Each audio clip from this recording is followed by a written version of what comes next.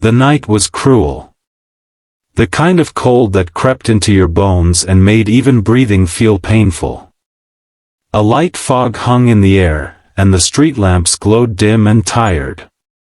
Lila walked slowly, every step heavy. Her arms were wrapped tightly around her newborn baby, Noah, who was bundled in a thin blanket that barely kept the chill away. The wind bit at her face, and her lips were cracked and dry. She could feel her strength slipping away, but she kept walking because stopping meant giving up, and she couldn't give up. Not when Noah needed her. People passed by in a rush, their coats thick, their faces turned down against the wind. No one looked at her, and those who did quickly looked away. She felt invisible, like a shadow moving through a world that didn't care. Her stomach ached with hunger. It had been 2 days since she had eaten anything, and even longer since she had eaten enough to feel full. The last coins she had were gone, spent on formula for Noah. Her room had been locked because she couldn't pay the rent. She had tried shelters, but they were either full or she was warned they might take Noah away because she had no stability. She had walked the streets all day, asking for help, knocking on doors, but all she received were cold stares or quick dismissals. As the hours passed, the cold seeped deeper into her body until even her bones felt numb. Her legs trembled with every step, and her vision blurred. Still, she whispered to Noah softly, "Just a little longer, baby. Mama will find a way." But hope was slipping through her fingers like water. The world felt heavier than she could carry. Her legs gave way without warning, and she fell hard onto the icy pavement. Pain shot through her knees and elbows, but she didn't care. Her arms tightened protectively around Noah. She crouched over him, shielding him from the wind, her own body a fragile barrier. People kept walking past, some even stepped around her without stopping.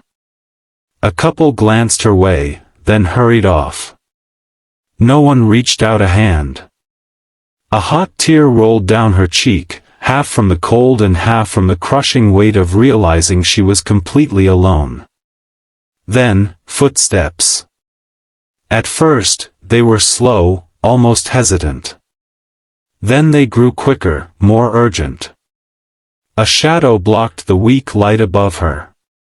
She looked up, expecting someone to tell her to move along. Instead, she saw a man's face, calm, serious, and strangely gentle.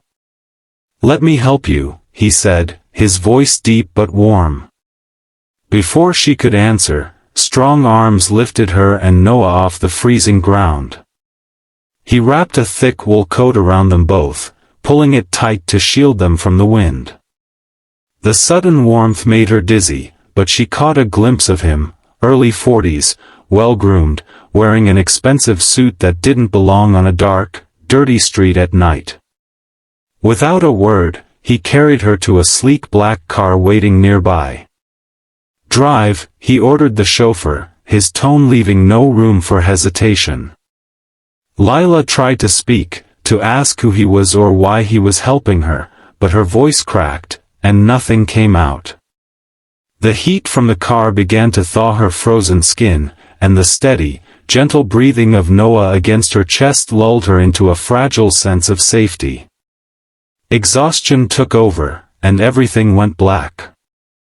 When she woke, she was in a room she could hardly believe was real. The bed beneath her was soft and warm, the sheets smelling faintly of lavender. A fire crackled in a large stone fireplace, filling the air with a comforting glow.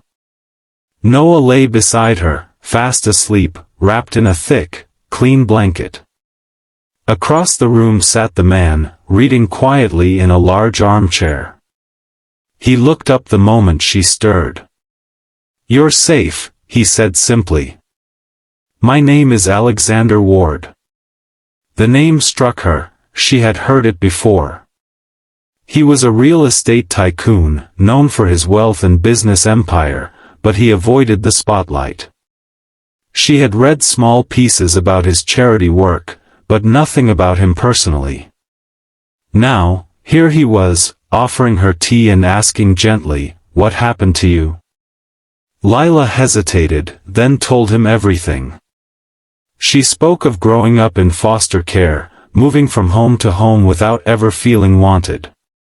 She spoke about turning 18 and being thrown into the world with no guidance, no family. She told him about meeting a man she thought she loved, only for him to leave when she became pregnant. About losing jobs whenever emergencies with Noah made her late. About nights in bus stations, hiding from danger, terrified of losing her son to the system. Alexander didn't interrupt. He just listened, his eyes fixed on hers, his face serious but full of empathy. When she finished, he leaned forward. "No one should have to fight that hard just to survive," he said. "But you've done the hardest thing already, you kept going. Now let's make sure you never have to fight alone again." True to his word, the days that followed were unlike anything Lila had ever known. He moved her into one of his guest houses, a warm, safe place where she and Noah could breathe. He filled it with everything Noah could possibly need: clothes, food, formula, toys, and arranged a meeting with a friend who ran a charity for single mothers, helping them find stable jobs and housing. But it wasn't just money he gave her. He gave her advice. He connected her with people who could help. He made sure she understood her worth. Still, it wasn't easy for her. Lila had lived so long expecting disappointment that she found it hard to trust kindness. Some nights, she lay awake wondering if it would all be taken away. But slowly, she began to believe. She took night classes to learn accounting software. She built a resume from scratch. Her first job was as a clerk at a small local business, simple work, but it was hers. She walked to work every day with a quiet pride. Months later, when she tried to give Alexander her first paycheck as a repayment, he shook his head and pushed it back toward her. "Invest it in yourself and your boy. That will mean more than anything you could give me," he said. Years passed. Noah grew into a lively little boy who ran to Alexander every weekend, calling him Grandpa Alex. Lila never forgot that freezing night, the night she could have died with no one noticing, except for the one man who did. Her life wasn't suddenly perfect. There were still bills, still moments of fear, still long nights when she was exhausted. But now she faced them with strength. She carried Alexander's words with her always: "You've done the hardest thing, you've kept going." By the time Noah was a teenager, Lila had started her own nonprofit to help struggling mothers, offering them housing, training, and the kind of second chance she had been given.